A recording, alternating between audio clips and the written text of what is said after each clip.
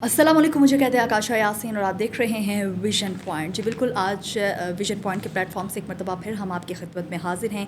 आइनी तरमीम के हवाले से बहुत सारे सवालात जो इस वक्त पूरी अगर कौम की बात कर ली जाए, हमारे आवाम की बात कर ले, जो उनके जहनों में एक सवाल जो है वो उभर रहा है। आज बहुत सारे सवालात हमारे साथ मौजूद हैं, लेकिन हमारे साथ स्टूडियोज़ में आज हमारे स्पेशल किस्म के गेस्ट चौधरी नहीम अली गुजर साहब भी मौजूद हैं। एडवोकेट सुप्रीम कोर्ट हैं। अवामी सियासत हो या वकला की सियासत, हर मैदान में हम इन्हें सर फहरिस्त देखते हैं। अस्सलाम वालेकुम सर। जी वालेकुम अस्सलाम। सबसे पहले तो बहुत शुक्रिया हमें वक्त देने के जी लिए। थैंक यू वेरी मच, आपकी मेहरबानी, आपने बुलाया, मैं मदद बहुत किया। शुक्रिया सर। एक बहुत बड़ा मसला आइनी तरमीम, आई थिंक सो हुकूमत इसको अलग लेकर अपनी तरफ से परेशान है। अपोजिशन लीडर्स को ले लें या अपोजिशन जमातें जितनी भी मौजूद हैं उनको अगर ले लिया जाए तो वो अपनी तरफ से बहुत ज़्यादा इस आइनी तरमीम को लेकर परेशान हैं। हुकूमत को एक धचके पे धचका जो है वो लगे ही जा रहा है। लेकिन इस वक्त हम अगर देखते हैं इस पर कुछ क्वेश्चंस जो हमारे जहनों में उभरते हैं वो मैं आपके सामने रखना चाहूँगी। वक्त बहुत कम है, मैं चाहती हूँ कि तमाम तर सवाल जो हैं उनके जवाब आप दे सकें। अच्छा सर, सबसे पहले कौन कौन से अहम निकात आप समझते हैं कि इस तरमीम में शामिल किए गए हैं? सबसे पहले हम इस पर नज़र डालते हैं। देखिए, सबसे पहले तो मैं समझता हूँ रोटेशन ऑफ जजेस की। जी बिल्कुल रोटेशन ऑफ जजेस होनी चाहिए, चूँकि हर इलाके में जाए, हर ज़िले में जाए, वहाँ पर काम करें। दूसरा, कॉन्स्टिट्यूशनल कोर्ट के हवाले से मैं ये समझता हूँ कि कॉन्स्टिट्यूशनल कोर्ट इस वक्त मुल्क की अहम तरीन ज़रूरत है।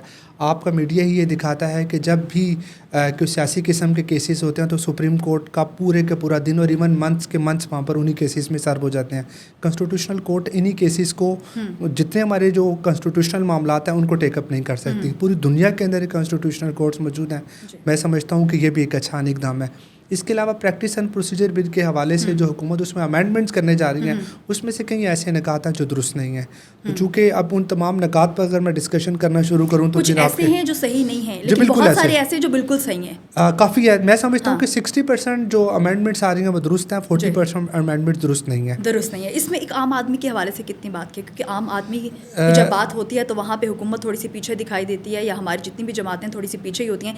लेकिन इस आइनी तरमीम में आम आदमी को कितना रिलीफ मिलेगा? मैं समझता हूँ कि आम आदमी के हवाले से तो ये अमेंडमेंट्स है ही नहीं है, बिल्कुल भी 100% अगेंस्ट हैं।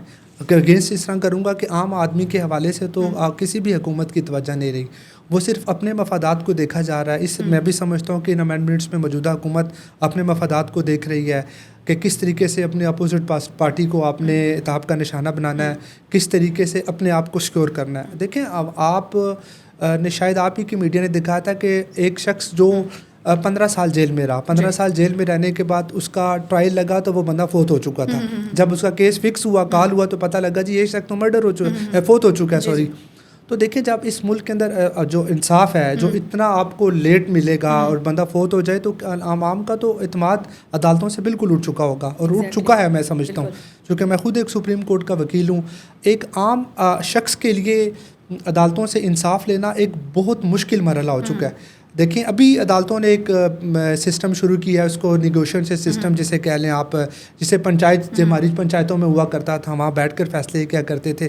तो अभी अदालतों ने एक ऐसा मीडिएशन सिस्टम शुरू कर दिया है कि जनाब मीडिएट करें, बैठे। जो भी अगर मीडिएशन ही करनी है तो फिर अदालतों का क्या काम है?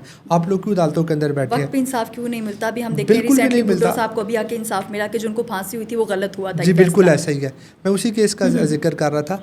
तो देखिए ना, जहाँ तक इंसाफ की बात है, फौरी और सस्ता इंसाफ तो मैं नहीं समझता। अभी आप देखें कि अभी पहले कोर्ट फीस फॉर एग्जांपल, अगर हम एक पुराने ज़माने में था 5 रुपये का टिकट लगता था, वो पंजाब में 500 रुपये का हो गया। यानी एक जो गरीब है, जो अदालत के अंदर एक पिटिशन फाइल करता था, वो एक सादे सफ़े के ऊपर दरख्वास्त लेके अदालत में दे दिया करता था, वो सिस्टम भी ख़त्म कर दिया। तो अब मैं समझता हूँ कि इंसाफ मुश्किल से मुश्किल तर होता जा रहा है। हमें ड्रास्टिकली, बहुत तेज़ी से और इसकी तरफ तवज्जो देनी पड़ेगी। अदरवाइज़ मैं समझता हूँ कि जो इस मुल्क के अंदर अनार्की क्रिएट होती जा रही है, लोगों का अदालतों पर से एतमाद जो उठता जा रहा है, मैं समझता हूँ कि मुझे हालात आगे काफ़ी गंभीर नज़र आ रहे हैं। एग्जैक्टली। अच्छा सर, एक बहुत बड़ा मसला आई थिंक मैं ये समझती हूँ कि जो जिसका काम है वो नहीं करता, कोई और कर रहा होता है। आईने पाकिस्तान में तरमीम का हक पार्लिमान का है, क्या अदलिया इसके रास्ते में कोई रुकावट डाल सकती है?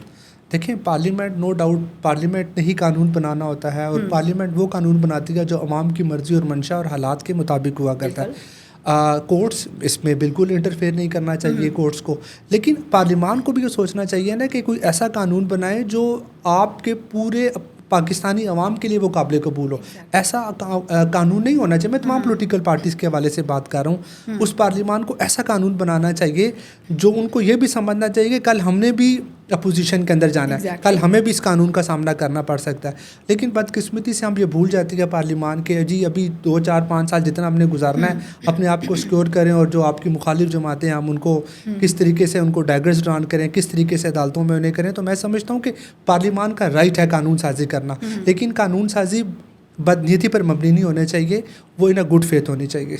एग्जैक्टली अच्छा, कुछ अदालती निज़ाम जो है पाकिस्तान का या ओवरऑल पूरी ऑल ओवर पूरी जो वर्ल्ड है उसका अगर देख लिया जाए, दुनिया के अदालती निज़ाम भी हमारे सामने, पाकिस्तान का भी अदालती निज़ाम 130वें नंबर पर हम मौजूद हैं, यानी बहुत पीछे। एक मुस्लिम कंट्री में रहते हुए हमें इंसाफ जो है मिलते हुए सालों लग जाते हैं, सालों बीत जाते हैं। व्हाट्स योर टेक, इस पे आप क्या समझते हैं कि क्यों हम इतने पीछे रह गए? देखिए, सबसे पहली बात यह है कि इस अदालतों के अंदर करप्शन बहुत ज़्यादा है। एक जज जो अदालत के अंदर बैठा है उसके बिल्कुल राइट लेफ्ट पर एक लीडर, एक स्टैनो बैठा है, वो जज की आंखों के सामने पैसे वसूल कर रहा है। तो अब तो मैं सीधे अल्फाज में वो कहते हैं कि क्या ज़रूरत है वकील एंगेज करने की, हम डायरेक्ट जज ही क्यों ना एंगेज कर लें। देखिए अवाम, मैं आपको एक प्रैक्टिकल बात बता रहा हूँ, उसके बाद आप अपर अदालतों में चले जाएँ, आपका फेवरेटिज्म चलता है। फिर आप इवन सुप्रीम कोर्ट के अंदर देख लें, वहाँ भी फेवरेटिज्म चलता है। और इवन आप माजी की तरफ थोड़ा जाके देखें तो एक सुप्रीम कोर्ट का जज एक और लीडर को कहता है गुड टू सी यू, एक सुप्रीम कोर्ट का चीफ जस्टिस है वो कच्ची वादियों में जाके दौरे करना शुरू करता है, एक सुप्रीम कोर्ट का जजेस है जनाब हॉस्पिटल्स में दौरा करना शुरू किया। भाई आपका ये काम नहीं है। आपका काम है अदालतों में लोगों को फौरी सस्ता इंसाफ देना, लोगों का अवाम का इस अदालतों पर एतमाद बहाल करना। माजरत के साथ जब वो इवन मैं समझता हूँ कि आप एक चीफ जस्टिस ने हैं वो जनाब चीनी की प्राइसिस पर उन्होंने सुओ मोटो लेना शुरू कर दिया। तो देखिए आपका काम ये नहीं है, बड़ा रेलिवेंट क्वेश्चन है आपका।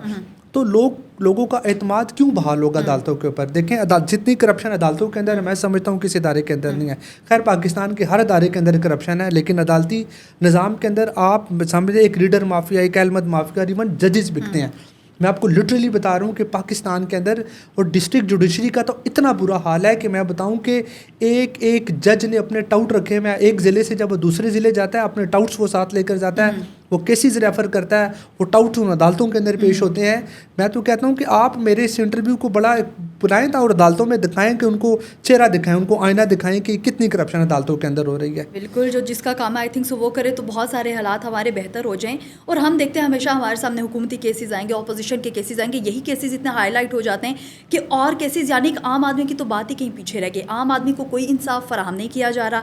कुछ ऐसा है या सिर्फ वो हमें नहीं दिखाए जाते, वक्त पे उनको इंसाफ मिल रहा है। आप देखें ना सुप्रीम कोर्ट में, आपने कभी सोचा है कि एक आम आदमी का केस मीडिया ने दिखाया हो कि जनाब A-B-C को इंसाफ मिल गया? वो कहते हैं आज एक वज़ीर-ए-आज़म को इंसाफ मिल गया, आज एक सेनेटर को इंसाफ मिल गया, आज एक सियासी जमात का ये हो गया, आज एक सियासी जमात का इलेक्शन रोका, ये कर दिया, आज एक दूसरी। इस मुल्क के अंदर सुप्रीम कोर्ट सिर्फ और सिर्फ पॉलिटिकल पार्टीज़ के मामलात को देख रही हैं। लोगों के, आप एक पूरे पाकिस्तान में हमारे 13 से 14 जजेस सुप्रीम कोर्ट के अंदर काम कर रहे हैं। आप यकीन माने कि इतनी पेंडेंसी है सुप्रीम कोर्ट के अंदर कि मैं आपको बता सकता हूँ 2-2, 3-3, 4-4 साल एक केस फिक्स होता ही नहीं है सुप्रीम कोर्ट के अंदर। और सुप्रीम कोर्ट के अंदर एक आम आदमी का केस फिक्स करवाने में इतनी मुश्किलात का सामना है, इतनी प्रॉब्लम्स होती हैं, इतने मामलात को देखना पड़ता है कि मैं नहीं समझता। लेकिन जब किसी पॉलिटिकल पार्टी का केस आता है दूसरे दिन वो केस सुप्रीम कोर्ट के अंदर फिक्स हो जाता है। और मुझे समझ नहीं आती कि ये मामलात किस तरह देखे जा रहे हैं। हो क्या रहे हैं? अच्छा सर, आईनी कोर्ट, फिर आप समझते हैं ये कि आईनी कोर्ट के क़याम से सुप्रीम कोर्ट में जो केसेस का लॉट है ये कम होगा क्या? इस बारे में नहीं सोच रहे कि 2 कोर्ट्स के क़याम से काम तेज़ी से होगा और इंसाफ आम लोगों तक जल्दी पहुंच पाएगा? बिल्कुल, मेरा मानना है कि देखिए कॉन्स्टिट्यूशनल कोर्ट का मतलब क्या है। वहाँ पर कॉन्स्टिट्यूशन की इंटरप्रिटेशन करना, ऐसे जो आईनी मामलात हैं, जो आईनी मामलात हैं वो कॉन्स्टिट्यूशनल कोर्ट देखेगी, वो आम केसेस को नहीं देखेगी कि जनाब A ने B का मर्डर कर दिया, C ने लूट लिया। इस तरह के केसेस नहीं होंगे, ये हाई कोर्ट और सुप्रीम कोर्ट ही देखेंगी। जो लॉ ऑफ इंटरप्रिटेशन है, जो कॉन्स्टिट्यूशन की इंटरप्रिटेशन है, वो उन मामलात को देखेगी। ये लोगों को इसका फ़र्क बताना बहुत ज़रूरी है। लेकिन इस मुल्क के अंदर पॉलिटिकल पार्टीज़ ये समझती हैं कि एक अगर सियासी जमात ने अमेंडमेंट्स की हैं या कानून बनाया है या बनाया जा रहा है तो वो खाम मैं ना मानू वाली बात है। तो आप उसको देखें, सोचें, पढ़ें उसको और उसके मुताबिक आप फैसला करें। मैं ये समझता हूँ, मैं रिपीट कर रहा हूँ कि कॉन्स्टिट्यूशनल कोर्ट हर दुनिया के अंदर मौजूद है, हर मुल्क के अंदर मौजूद है और पाकिस्तान में भी होनी चाहिए। अच्छा सर, ये आईनी तरमीम के जो अहम पहलू हैं अगर इसको देखा जाए तो कुछ जज साहिबान जो हैं तहफ़्फ़ुज़ात का शिकार रहे हैं और वो ये समझ रहे हैं कि तहफ़्फ़ुज़ात हैं उनको इस चीज़ पे। आप समझते होने चाहिए या नहीं? देखिए, आप उन आईनी तरमीम के पॉइंट्स को देखा जाएगा कि उनके तहफ़्फ़ुज़ात किस किस पॉइंट्स के ऊपर है। लेकिन मैं एक और पॉइंट आपको बताऊँ, जी। जज साहब इन पर क्यों नहीं बोलते कि जनाब आप एक सुप्रीम कोर्ट के जज की रिटायरमेंट की उम्र 65 ईयर है, वो कहते हैं नहीं 68 ईयर की एज है। मेरा एक सवाल है, मैं आपसे और आवाम के सामने एक रखता हूँ कि क्या इस मुल्क के अंदर जो 40 से 50 के दरमियान जो हमारे नौजवान है या जो एक मेच्योर एज के अंदर आ गया, वो निकम्मे हैं, नाहल हैं, वो निकट्ठू हैं, उनको कानून का नहीं पता। आप 62 साल के 65 साल की उम्र में एक बुजुर्ग हो जाते हैं, आपका माइंड भी इतना काम नहीं करता, आप कहते हैं कि नहीं हमें 68 साल तक यहाँ बताया जाए। तो इस मुल्क के अंदर नौजवानों का रास्ता रोका जा रहा है, मैं समझता हूँ। तो जजेस को इन पर भी बोलना चाहिए ना, वो कहें स्ट्रेट अवे कि नहीं। अच्छा, और जब पार्लियामेंट चेंजेस लेके आती है जो उनके मजाज के ख़िलाफ़ होते हैं, उनमें तो जजेस कहते हैं जी पार्लियामेंट ये गलत बना दिया, कानून अच्छा बना दिया, बुरा बना दिया। आप स्ट्रेट अवे जनाब कोर्टों में बैठकर अपने बयानबाजी कर रहे होते हैं, तो आप इस पर क्यों नहीं बोलते? आप इनकार कर देना कि जनाब 68 साल नहीं उम्र होनी चाहिए। तो मैं ये समझता हूँ कि इस पॉइंट को भी देखना चाहिए।